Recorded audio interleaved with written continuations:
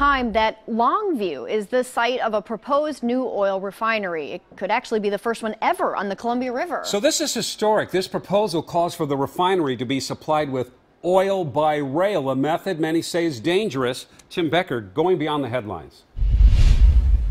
What's important to note here is that we're talking about a proposal and not plans to build an oil refinery. Now, I'm in the area where that proposed refinery would go. We're just east of the Lewis and Clark Bridge here, and this is Port of Longview land. But the CEO here at the port tells me that the proposal that was made public today is just one of several that they deal with on an ongoing basis.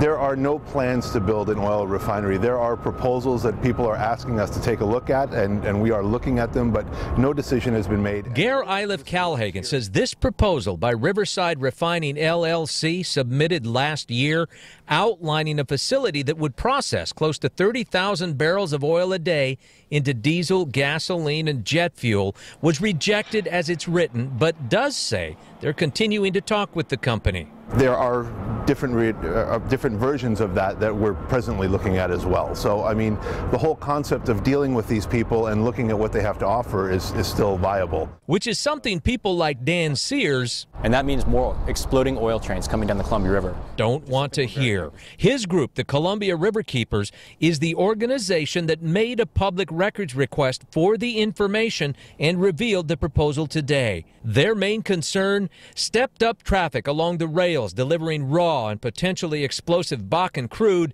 via train all throughout the area. Watching what's happening around North America with these oil trains as they derail and explode and cause pollution, by adding more oil trains, you're adding to that risk. It's like putting more bullets in the gun while you're playing Russian roulette. There are no plans to build a refinery at this time at the Port of Longview. No plans? No. There are proposals? Yes. This was one of them, or is one of them still?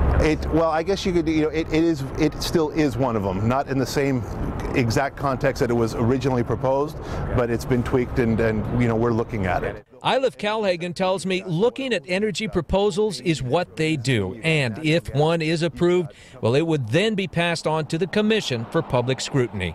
In Longview, Tim Becker, KOIN 6 News.